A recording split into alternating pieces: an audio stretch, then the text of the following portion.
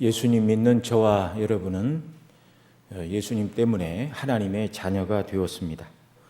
범죄함으로 인하여 타락한 인생들 모두가 거룩하신 하나님을 거스린 죄와 반역으로 인하여 하나님의 원수된 자들이었습니다. 하나님의 원수가 하나님의 자녀가 되었다는 말은 사람에게 일어날 수 있는 변화 중에 가장 큰 변화, 사람이 받을 수 있는 복 중에 가장 큰 복을 받은 것임을 믿으시기 바랍니다. 그래서 그리스도인들은 행복한 사람들입니다. 더 이상 큰 복도 상상할 수도 없고 더 이상 큰 변화를 기대할 수도 없는 완전한 복락과 은혜를 입은 것이죠. 어떻게 하나님께서는 이런 일이 가능하게 하셨는가? 오늘 우리가 1절 읽은 대로 아버지께서 어떠한 사랑을 우리에게 주사, 어떠한 사랑, 참으로 놀라운 하나님의 베푸신 사랑 때문에 저와 여러분이 하나님의 자녀로 일컬음을 받게 하셨습니다.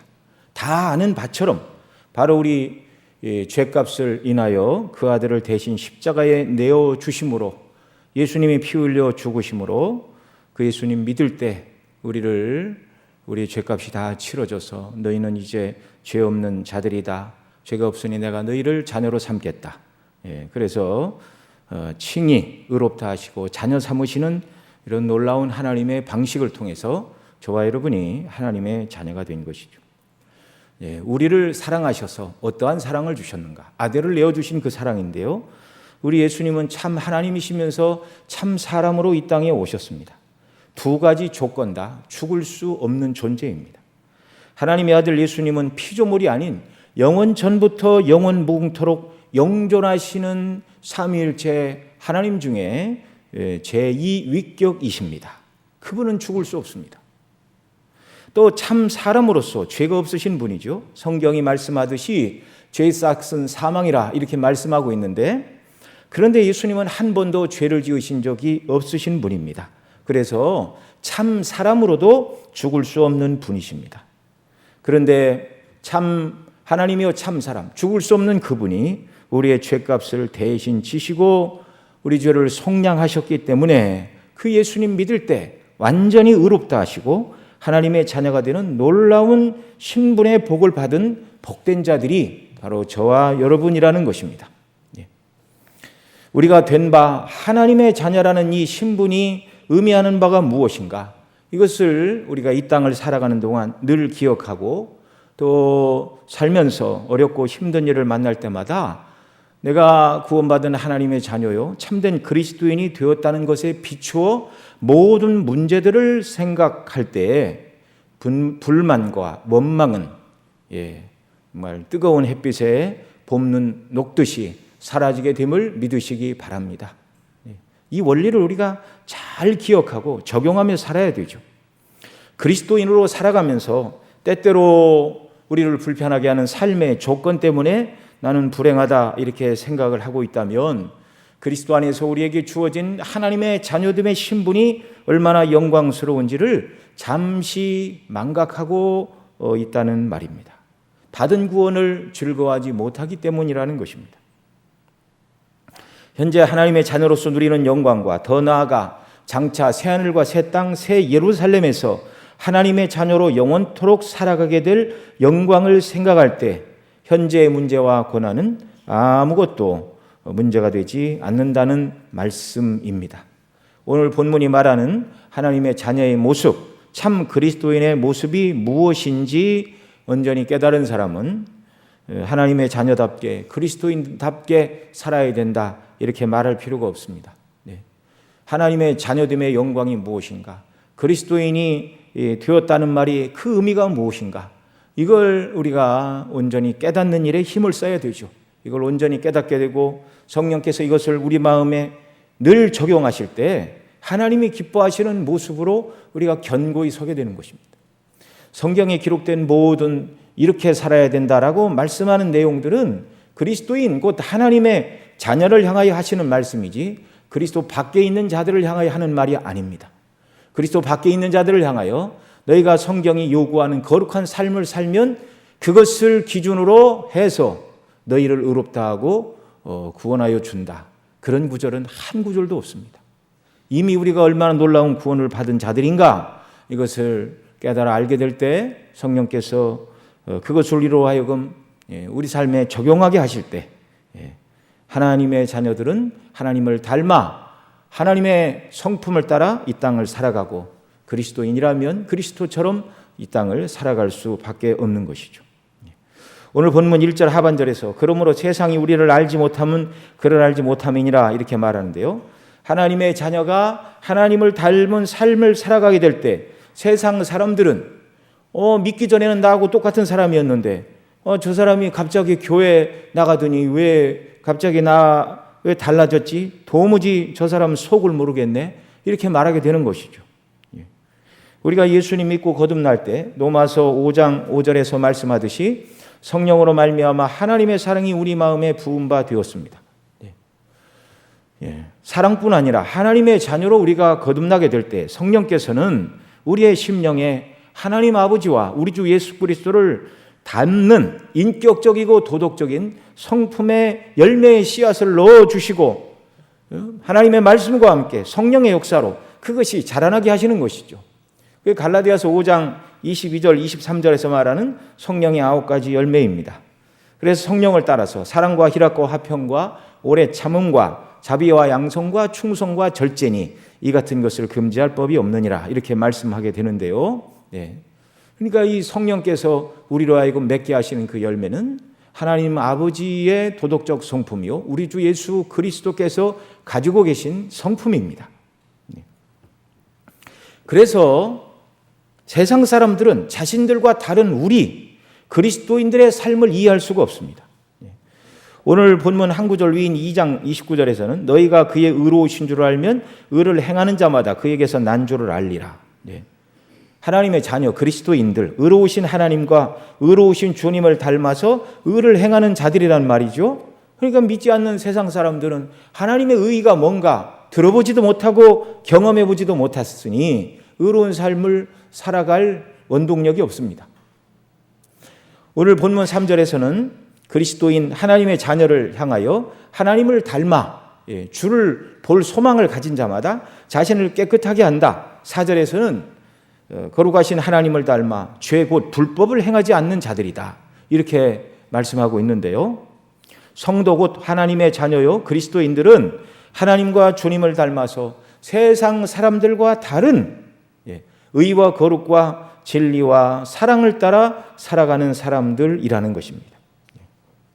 그래서 세상 사람들은 자기들과 똑같은 외모를 가지고 있고 믿기 전에는 자기들과 똑같은 사고방식과 삶의 원리와 인생의 목표가 똑같았는데 예수님 믿고 나서 자신들과 다른 그리스도인들의 모습을 보고 도무지 이해할 수가 없는 것이죠. 그 이유는 오늘 1절 하반절이 말하는 대로 세상 사람들이 우리 곧 하나님의 자녀인 우리를 알지 못함은 우리가 아버지로 부르는 그분 곧 하나님 아버지를 알지 못하기 때문이라고 명백하게 말씀하고 있습니다. 앞서 우리가 얼마나 큰 하나님의 사랑을 입어 하나님의 원수인 우리가 하나님의 자녀가 되었는가를 서두에 말씀을 드렸는데요. 성도가 늘 이 하나님의 사랑을 생각할 때 그 사랑이 우리를 주장하여 세상 사람들은 하나님의 사랑을 받은 바 없고 느낀 바 없고 거듭나 그 심령의 사랑이 심겨진 바 없기 때문에 사랑을 따라 살 수가 없지만 저와 여러분은 새 사람으로 거듭날 때 하나님의 성품을 받았고 성령께서 역사하심으로 말미암아 하나님을 닮아 사랑과 하나님을 닮아 의로운 삶, 죄를 멀리하는 삶을 살아가는 하나님의 자녀들이 되었다는 것입니다. 이 놀라운 사실을 우리가 날마다 기뻐하고 즐거워하고 우리 삶에 적용해야 하는 것이죠. 2절 말씀에서는 요한 사도는 하나님의 사랑을 받아 자녀된 자들 곧 예수님 믿는 오늘의 저와 여러분들이 하나님의 자녀라는 것이 그 말이 무슨 뜻을 의미하는가, 또 하나님의 자녀들은 어디를 향하여 가고 있고 그 길에 도착했을 때 영광이 무엇인가를 말씀해 주고 있습니다. 먼저 우리는 하나님의 자녀라는 사실을 우리가 스스로 알고 있는 자라고 요한 사도가 가르치고 있습니다. 자, 2절 말씀 같이 한번 더 읽습니다. 사랑하는 자들아 우리가 지금은 하나님의 자녀라. 장래에 어떻게 될 것은 아직 나타나지 아니하였으나 그가 나타나심이 되면 우리가 그와 같을 줄 아는 것은 그의 계신 그대로 볼 것을 인함이니. 아멘. 자, 여기서 사랑하는 자들아 우리가 지금은 하나님의 자녀라 이렇게 말하고 있습니다. 우리가 앞으로 하나님의 자녀가 될 것이다 라는 희망을 말하는 것도 아니고요. 하나님의 자녀라고 선포하고 있습니다. 이 하나님의 자녀됨은요, 앞서도 말씀을 드렸지만 저와 여러분의 행실을 근거로 하여 하나님의 자녀로 인정해 주시는 것이 아닙니다. 누가복음 15장에 보면 집 나갔다 돌아온 둘째 아들을 맞이하는 아버지의 모습을 비유적으로 설명해 주고 있죠.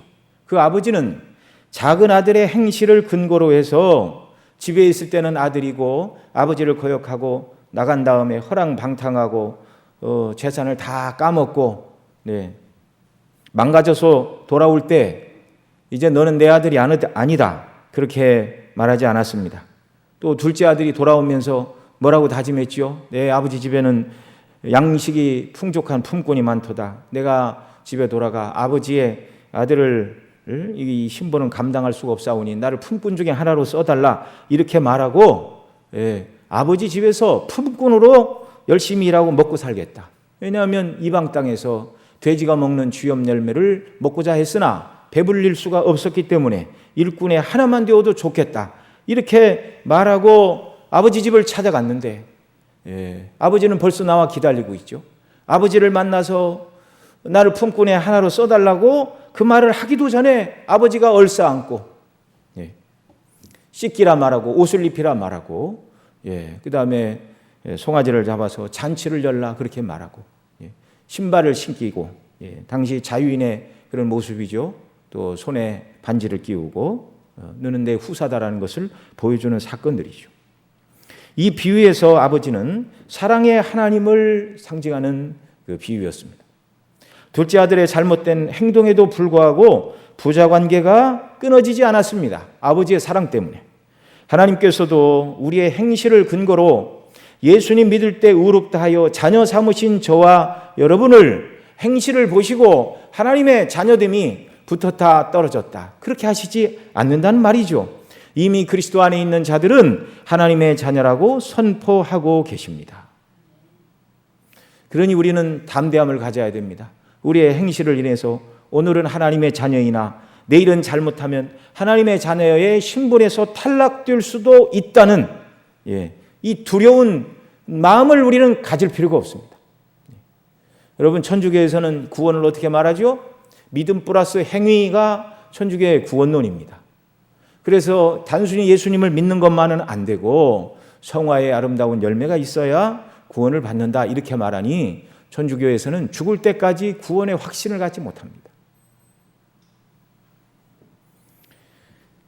그러나 성경이 말하는 대로 복음이 말하는 대로 저와 여러분의 구원, 저와 여러분의 하나님의 자녀됨은 오직 예수님 믿을 때 예수님이 이루신 것을 근거로 우리를 자녀 삼아 주셨다는 이 놀라운 사실, 이걸 견고히 붙드는 귀한 역사가 있기를 바랍니다. 사랑하는 자들아 우리가 지금은 하나님의 자녀라 하고 말하고 있습니다. 처음 믿은 이후 이 자녀됨의 신분은 취소되지 않고 항상 자녀입니다. 이 하나님의 자녀됨의 확신은 오직 하나, 우리 주 예수 그리스도의 행하신 대속의 십자가의 공로를 의지하는 데서 우리가 이 근거를 찾아야 됩니다. 이것이 성도의 구원의 확신, 하나님의 자녀됨의 확신의 유일한 원천이고 근거입니다. 그러나 실제 우리가 성도의 삶을 살아가면서 우리가 하나님의 자녀임을 우리가 스스로 느낄 수 있는 원리들이 있습니다. 로이 존조 목사님은 4가지 방식으로 설명을 해주셨는데요. 첫째로 하나님의 자녀들 안에는 그리스도가 계심을 통하여 내가 하나님의 자녀임을 확신할 수 있습니다. 갈라디아서 2장 20절에 내가 그리스도와 함께 십자가에 못 박혔나니 그런즉 이제는 내가 산 것 아니요 오직 내 안에 예수께서 사신 것이라 이렇게 말씀하는데요. 내 안에 나만 있는 것이 아니라 그리스도께서 내 안에 계심을 깨닫고 살아가는 사람, 이 사람이 그리스도인이라는 말이죠. 우리도 우리 안에 나라는 존재뿐만 아니라 그리스도가 계심을 인식하고 살아야 참 그리스도인이요 하나님의 자녀입니다. 한 15년 전 방영된 어느 드라마에서 남자 주인공이 여자 주인공을 향해 이런 말을 했습니다. 내 안에 너 있다. 명대사로 길이 남고 있는데요. 자, 이 말은 사랑하는 남자가 항상 그 여인을 마음에 품고 살아가고 있다 그 말이죠. 그러나 내 안에 그리스도가 계시다는 말은 그 정도가 아닙니다. 그럼 내 안에 너 있다. 그런데 5년, 10년 지나서 없을 수 있는 경우가 태반이에요, 인생들은. 그러나 성령으로 말미암아 우리 마음에 심겨진 그리스도에 대한 사랑은 하나님 나라 가서는 더 진해지고 정말 구원받은 하나님의 자녀들 심령 속에 성령께서 그리스도가 나의 주님이시오. 그분이 나를 위해 죽으셨고 내가 그분의 영광을 위하여 살아야 된다는 것을 항상 깨닫게 하시고, 그래서 경건한 그리스도인들은 내 안에 계신 그리스도, 물론 성령으로 내주하시죠. 우리 주님은 하나님 보좌 우편에 계십니다. 성령으로 우리 안에 내주하십니다. 그래서 내주하시는 주님을 모시고 살아가는 사람이기 때문에 함부로 행동할 수가 없는 것이죠. 주님이 기뻐하시지 않고 주님이 화내실까? 또 정말 주님의 책망을 받을까? 주님을 기쁘시게 하지 못할까? 이런 염려를 하고 정말 주님과 동행하며 살아가는 사람, 이 사람이 그리스도인이라는 것입니다. 이런 은혜가 우리 심령에 더 충만케 되기를 바랍니다. 같은 원리로 하나님의 자녀됨을 우리 스스로 또 깨달을 수 있는 방식이 있는데요. 그것이 무엇이냐면 하나님이 미워하시는 죄를 우리도 미워하고 죄를 지으면 가슴 아파하고 뼈저리게 하나님 앞에 통회하는 자들이 하나님의 자녀들이라는 것입니다. 하나님의 자녀라 말을 하면서 죄를 여상하게 짓고 회개하지 않는다면 하나님의 자녀라고 말할 수가 없는 것이죠. 여러분, 구약 성경을 보면 하나님의 사랑하시는 다윗과 하나님께서 버리신 왕 사울의 차이점이 무엇입니까? 둘 다 연약한 인생이라 하나님 앞에서 범죄하였습니다. 그러나 범죄한 이후 그들이 죄에 대한 책망을 받을 때 모습이 달랐습니다. 다윗은 나단 선지자의 책망을 받고 눈물로 침상을 띄울 정도로 울면서 하나님을 거스리고 불쾌하게 해드린 죄를 통회하며 회개하였습니다. 사울왕은 하나님의 명령을 어기고 스스로 제사를 드리고 아말렉을 진멸하라는 하나님의 말씀을 듣지 않고 아가왕을 살려두고 그 다음에 아말렉의 좋은 소와 양떼를 멸하지 아니하였습니다. 왜 멸하지 아니하였나 했더니 하나님께 제사하려고 합니다. 그것이 아니죠. 좋은 것을 이제 취하겠다. 하나님의 명령을 듣지 않았고 사람들이 이렇게 하면 좋겠다는 건의를 하나님의 말씀보다 더 무겁게 생각을 한 것이죠. 그때 사무엘이 한 말이 무엇입니까? 순종이 제사보다 낫고 듣는 것이 수양의 기름보다 낫다고 말하며 왕이 하나님을 버렸으니 여호와께서도 왕을 버려 왕이 되지 못하게 하셨나이다. 아주 두려운 말을 사무엘이 전하였습니다. 이때 사울왕의 반응은 무엇입니까? 다윗처럼 울며 회개하는 것이 아니라 내가 범죄하였을지라도 청하옵나니 내 백성의 장로들의 앞과 이스라엘 앞에서 나를 높이사 나와 함께 돌아가소서. 그래서 그들과 함께 더불어 먹고 하나님 여호와 하나님을 경배하게 하소서. 이 경배가 목적이 아니죠. 진실로 죄에 대한 책망을 받았으면 울며 회개하며 통회해야 되는데 사무엘이 나와 함께 내려가 장로들과 백성들 앞에서 왕인 내 얼굴에 체면을 유지해달라고 간청하고 있습니다. 사울의 관심은 하나님 앞에서 자기의 죄에 대한 통회가 아니라 사람들이 나를 어떻게 보느냐에 있는 것입니다.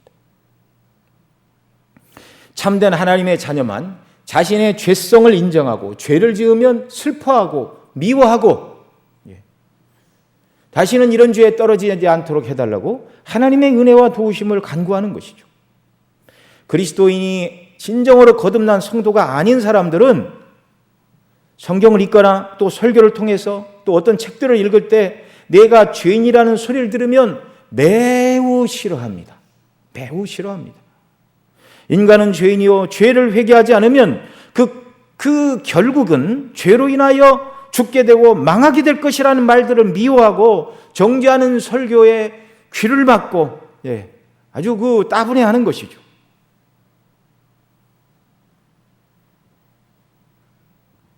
사랑하시는 성도 여러분, 우리 자신은 우리 스스로 하나님 앞에 죄인임을 날마다 깨닫고 살아가고 계십니까?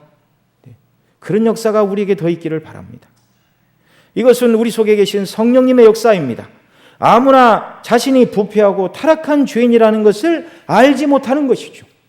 사도 바울이 거듭나기 전에는요, 율법의 의로는 흠이 없는 자라고 자기 자신을 자랑하는 자였습니다.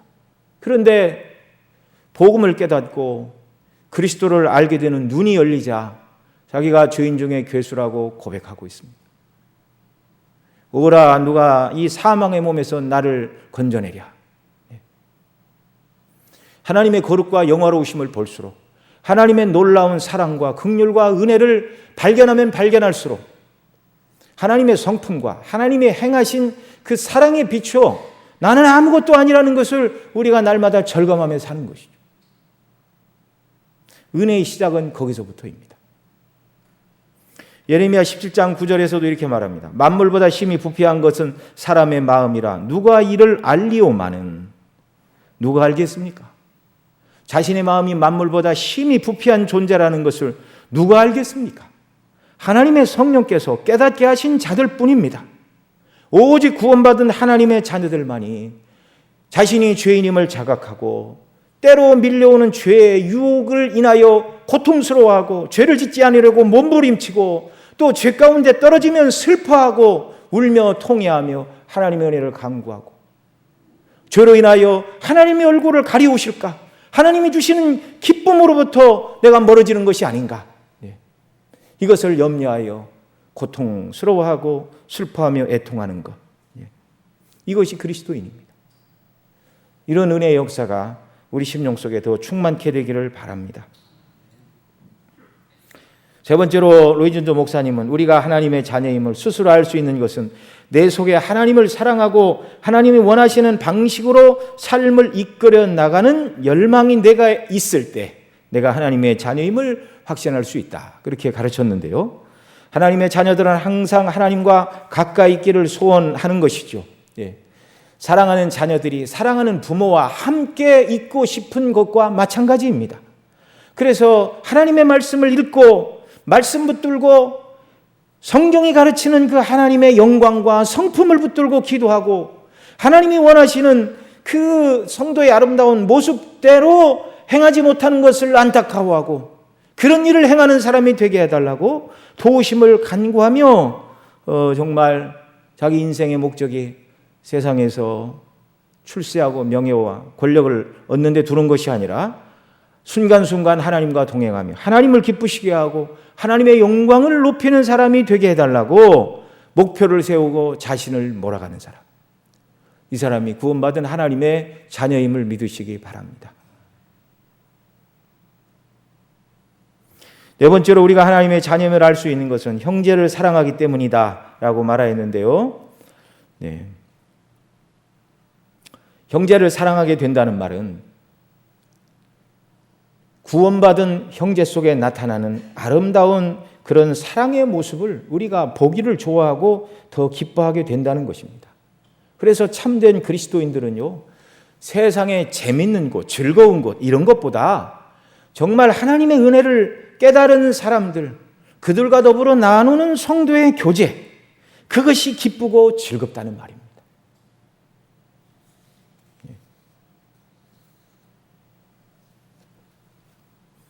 저도 이렇게 신학을 공부한 지가 신학교를 졸업한 지가 벌써 20년이 훨씬 넘었는데 그때 그 시절 공부하던 이렇게 동기들을 생각하면서 지금도 늘 만나고 싶고 교제하고 싶은 분들이 몇몇 분들이 있습니다. 그분들이 누구냐면 같이 맛있는 거 많이 먹고 다니고 운동 많이 하고 그런 사람들이 아니라 정말 삶으로서 하나님의 영광을 높이기를 원하고 간절히 믿음으로 살아가던 예수님 닮은 분들, 그런 분들이 그렇게 생각이 나요. 어떤 분들은 선교지에 나가 있고 어떤 분들은 미국에 가 있고 멀리 떠나 있는데 늘 마음속에 그분들을 다시 만나서 정말 하나님께서 그들 가운데 역사하시고 열매 맺게 하신 하나님의 아름다운 그 영광스러운 모습과 하나님을 닮은 영광스러운 모습과 그들을 통하여 하나님께서 행하신 일들을 만나서 듣고 싶고 나누고 싶고 이것이 성도의 교제입니다. 그래서 성도 곧 경건한 하나님의 자녀들은 동료 그리스도인들을 만날 때 힘과 위로를 얻게 되고 더 많은 시간을 함께 보내고 싶은 것, 이것이 온전하고 합당한 성도의 교제임을 믿으시기 바랍니다. 성도의 교제는요, 세상적인 수준이 아니라는 것을 알아야 됩니다. 서로 맛있는 음식 만들어 와갖고 이렇게 나누어 먹고 이것도 좋지요. 그러나 이것을 능가한다는 것을 우리가 알아야 되고요. 그런 원리에 저와 여러분이 정말 심령이 온전히 붙들리는 역사가 있기를 바랍니다. 오늘 본문 말씀을 통하여 크게 두 번째로 보라 2절에 보면 사랑하는 자들아 우리가 지금은 하나님의 자녀라 그렇게 말하고 장래 어떻게 될 것은 아직 나타나지 아니하였으나 그가 나타나심이 되면 이렇게 말하고 있는데 여러분 우리는 장래에 우리가 어떤 모습으로 나타날까? 곧 예수님의 영화로운 모습이죠. 장래의 영광의 모습을 소망하며 나아가는 자들이라고 여기서 말씀해 주시고 있습니다. 그러나 그 장래의 그 모습이 어떻게 나타날지 그것은 모르지만 그러나 어떤 방향으로 우리가 나아가고 있는지는 안다는 것이죠. 죄와 어둠이 아니라 거룩함과 영광을 향하여 나아가는 자들입니다. 장래는 현재와 비슷하거나 나쁘지 않다는 정도가 아니라 훨씬 영광스럽고 복되고 행복한 상태로 나아가게 될 것이라는 점입니다. 때로 예수님을 우리가 믿고 있어도 현재 상태에서는 세상 사람들과 외적으로 보면 다른 것이 하나도 없어 보입니다. 기독교 그림들, 성화라고 그러죠. 이런 그림들을 보면 예수님과 바울이나 베드로, 사도들 이렇게 그린 그림을 보면 뒤에 이렇게 막 후광이 이렇게 비치는데 중세 그림 다 이 천주교 그림들이죠. 그래서 십자가에 달리시는 예수님 얼굴 뒤에도 이렇게 막 그냥 후광이 나는 그런 광채를 그리고 그러는데 실제 모습은 그런 것이 아닙니다. 우리 예수님께서도 이 땅에 볼품이 없으셨죠. 이사야 53장에서 그는 주 앞에서 자라나기를 연한 순 같고 마른 땅에서 나온 줄기 같아서 고운 모양도 없고 풍채도 없은즉 우리 보기에 흠모할 만한 아름다운 것이 없도다. 그는 멸시를 받아서 사람에게 버린 바 되었으며 강고를 많이 겪었으며 질고를 아는 자라 마치 사람들에게 가리고 보지 않음을 받은 자 같아서 멸시를 당하였고 우리도 그를 귀히 여기지 아니하였도다. 이렇게 말씀을 하는데요. 예수님은 이 땅에 계실 때 모든 사람에게 외적으로 볼 때 흠모와 존경의 대상이 아니었습니다. 은혜 받은 하나님의 백성들 눈에만 그렇게 보인 것이죠. 예수 믿고 구원받은 저와 여러분의 외모가 변하여 젊어지거나 달라지는 것이 하나도 없습니다. 또 삶의 환경이 예수님 믿음으로 갑자기 좋아져서 먹고 사는 문제에 대한 고민이 하나도 없는, 정말 고민할 것이 하나도 없는 상태가 된 것도 아니고 예수님 믿는 사람들은 나이 먹어서 들게 되는 그런 노인성 질환, 이런 성인병 이런 거 하나도 안 걸리고 그런 거 아닙니다. 똑같습니다. 도리어 세상에서는 믿지 않을 때 살아갈 때는 받지 않아도 되고 겪지 않아도 되는 환난과 고통을 예수님 믿게 됨으로 말미암아 수많은 시련과 환난을 겪어야 되는 자리에 그리스도인들이 지금 직면하고 있는 것이죠. 그래서 어떤 사람들은 예수님 믿음으로 우리에게 유익이 되는 것이 무엇이냐 이렇게 현실적으로 묻는 사람들이 있습니다. 지금 당장 예수님 믿음으로 인해서 생기는 인간적인 손해를 생각해보고 장차 세상적으로 예수님을 끝까지 믿다가 더 큰 손해를 당하면 어떻게 될까 이거 고민하여 믿기를 거절하는 자들이 있습니다. 이들은 예수님의 씨 뿌리는 비유에 의하면 가시떨기에 떨어진 씨앗과 같습니다.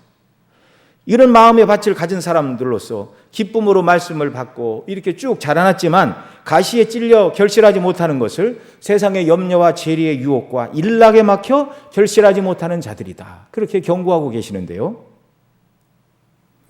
그러나 주님은 이 땅에서 믿는 자들이 하나님 주시는 복을 받되 핍박을 겸하여 받으리라고 하셨습니다. 우리가 이미 받은 구원은 칭의의 구원입니다. 장차 받게 될 영화의 구원은 우리가 약속으로 받았습니다. 그러니 현실에서는 믿는 자들의 영광이 눈에 보이게 나타나지 않으나 장차 나타날 영광이 얼마나 크고 무겁고 귀한 것인가를 믿음을 통해서만 알 수 있고 받을 수 있는 것이죠.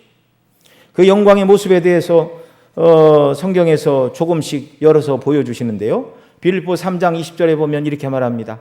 오직 우리의 시민권은 하늘에 있는지라 거기로서 구원하는 자 곧 예수 그리스도를 기다리노니 그가 만물을 자기에게 복종케 하실 수 있는 자의 역사로 우리의 낮은 몸을 자기 영광의 몸의 형체와 같이 변케 하시리라.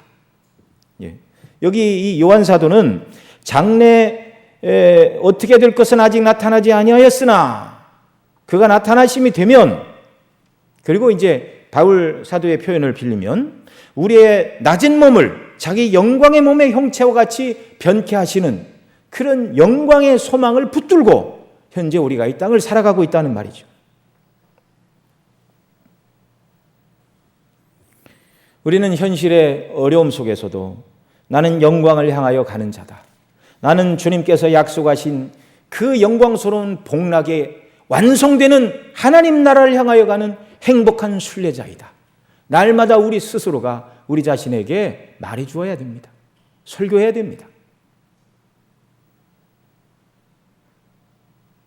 장래 어떻게 될 것은 아직 나타나지 아니하였으나 그러나 때가 되면 반드시 이루어질 거짓말하실 수 없는 우리 하나님 아버지의 약속이요 주님의 약속입니다. 하나님의 약속이니까 반드시 이루어집니다. 로마서 8장 29절에 보면 하나님이 미리 하신 자들로 그 아들의 형상을 본받게 하려 하심이라. 이것이 하나님께서 영원전에 저와 여러분을 택하시고 구원하신 목적, 예수님의 완전한 형상을 담게 하는 것이 하나님의 영원하고도 완전한 목적이라고 바울 사도는 밝히고 있는데, 그래서 이 땅을 살아가는 동안에는 예수님 닮아서 죄를 버리고 하나님의 뜻에 온전히 순종하는 사람으로 만들어가는 것이고요. 여러분, 요한 사도가 쓴 요한일서나 바울 사도가 쓴 로마서나 다 그 아들의 형상을 본받게 하려 하심이라 말하고 있는데 다 예수님 승천 이후에 한참 후에 쓰여진 성경들입니다. 그러니 그 아들의 형상을 본받게 하려 하심이라 그 말은 부활하신 영광의 몸을 입으시고 영광 가운데 계신 그 예수님과 같은 자들로, 물론 천국에 가서 우리가 예수님과 똑같아지는 것은 아닙니다.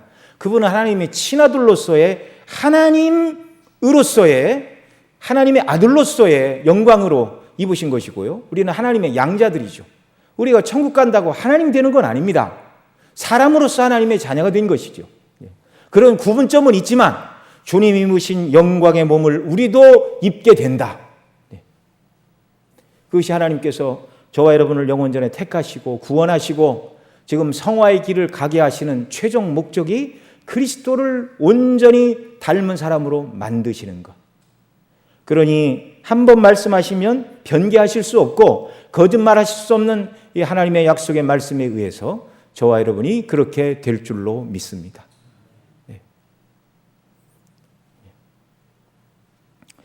구원은 소극적으로 죄에서의 구원이지만 적극적으로는 영화롭게 되는 것입니다. 우리를 예수 그리스도와 같이 영화롭게 만드는 것이 하나님의 최종적인 목적이다. 거짓말하실 수 없는 하나님의 약속, 약속한 모든 것을 이루실 수 있는 전능하신 하나님의 약속, 이것을 인하여 기뻐하고 감사하는 역사가 있기를 바랍니다. 그 다음에 우리가 읽은 2절 하반절에 또 보면 그가 나타나심이 되면 우리가 그와 같을 줄 아는 것은 그의 계신 그대로 볼 것을 인함이니, 이렇게 말하는데요. 그날에는 우리가 영광스러운 주님과 같아진다, 영화롭게 된다, 이렇게 말합니다. 뭐 2번 두 번째를 조금 더 이제 깊게 설명하고 있는 내용인데요.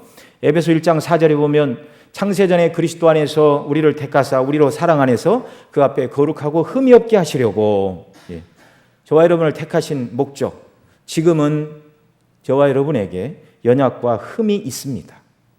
그러나 예수님 닮게 되는 그날, 거룩하고 흠이 없는 삶이 완성되는 날, 주님이 이 땅에 재림하시는 영광의 날, 이와 같은 일이 우리에게 이루어지는 줄 믿으시기 바랍니다. 데살로니가전서 3장 13절에 이렇게 말합니다. 너희 마음을 굳건하게 하시고 우리 주 예수께서 그의 모든 성도와 함께 강림하실 때 하나님 우리 아버지 앞에서 거룩함에 흠이 없게 하시기를 원하노라.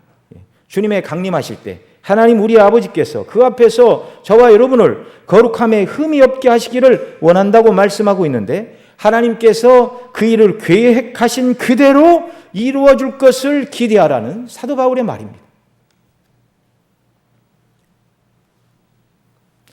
고린도전서 15장 51절 이하에 보면, 보라 내가 너희에게 비밀을 말하노니 우리가 다 잠잘 것이 아니요 마지막 나팔에 순식간에 홀연히 다 변화하리니 나팔 소리가 나며 죽은 자들이 썩지 아니할 것으로 다시 살고 우리도 변화하리라. 우리도 변화하리라. 예수님이 입으신 영광의 몸의 형태로 우리도 변화되게 된다는 말이죠. 새하늘과 새 땅, 새 예루살렘에서는 영화로운 영혼에 걸맞는 영광스러운 몸을 우리가 입게 될 것입니다. 그래서 우리는 하나님 나라에서는 죄를 지을 수 없는 사람이 되는 것입니다. 에덴에서 하나님께서 아담을 지으실 때 조건적인 완전으로 하나님을 의존한 온전한 자로 만드셨죠. 그래서 아담이 하나님을 늘 의식하고 말씀을 붙들고 살아가는 한 그는 죄를 짓지 않을 수가 있었지만 결국 뱀의 유혹을 받아 범죄하고 타락하였습니다. 그러나 주님 재림하시고 저와 여러분이 완전한 성화를 이룬 영화의 상태에 들어가게 되면 하나님 보시기에 점과 티와 흠이 없는 주님이 입으신 거룩한 몸을 입게 될 때 우리는 아담처럼 죄를 짓지 않을 수 있는 사람이 아니라 죄를 지을 수 없는 영화로운 사람이 된다는 사실을 믿으시기 바랍니다. 어떤 죄의 유혹으로도 우리의 구원이 떨어지거나 변개될 수 없는, 죄를 지을 수 없는 완전한 구원의 사람.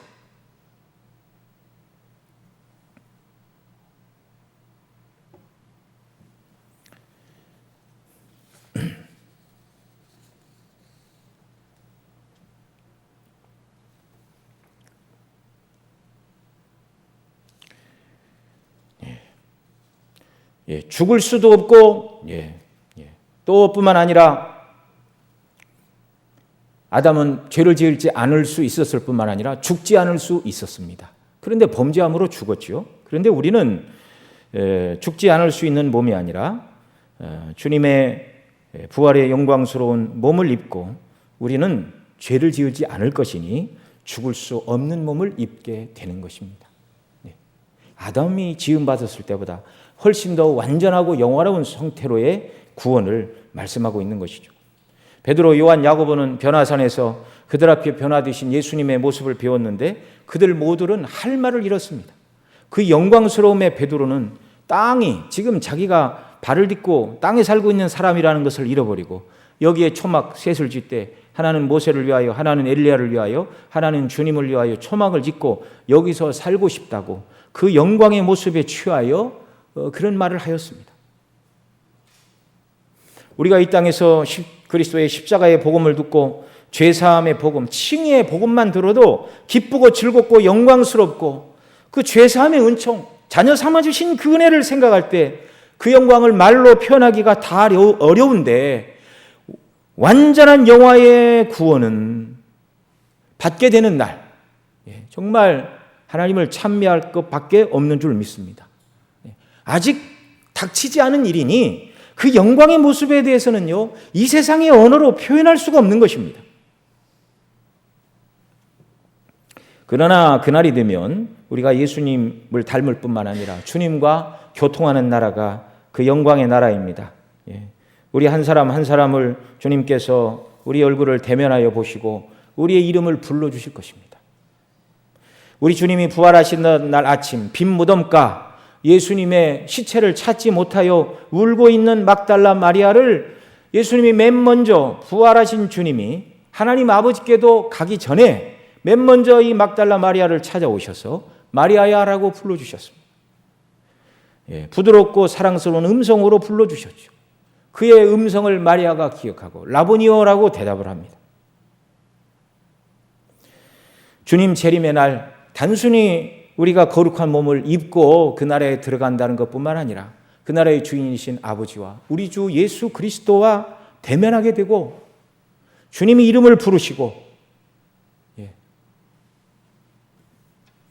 경건한 하나님의 사람들과 이 땅에서 만나 교제하는 것만으로도 기쁘고 즐겁고 힘을 얻는데 영광의 주님을 만나 그분이 우리의 이름을 부르시고 칭찬하시고 믿음을 따라 산 것들에 대하여 정말 인정하시고 상급을 주시는 그날의 영광과 기쁨을 무엇으로 설명할 수가 있겠습니까? 나 같은 죄인 중의 괴수가 그리스도와 같게 하신다는 이 영광의 소망을 생각할 때 저와 여러분이 이 세상을 살아갈 힘, 하나님을 거스리는 세상의 정신과 원리를 이기고 넉넉히 승리하는 참된 하나님의 자녀가 될 줄로 믿습니다. 청교도 중에 리차드 백스터 목사님은 다른 청교도들과 달리 대학 공부를 하지 않은 분이었습니다.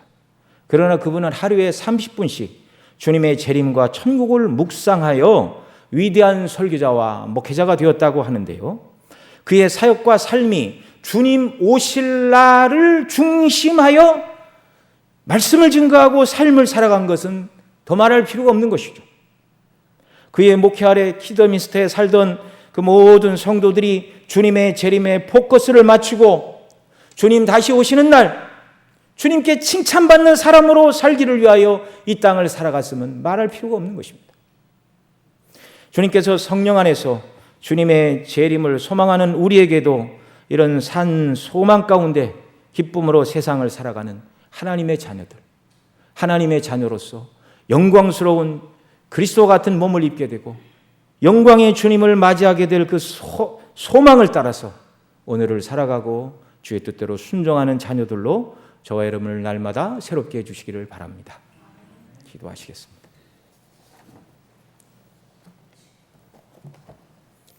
하나님 아버지, 우리 주님 다시 오시는 그날만이 우리의 참된 소망입니다.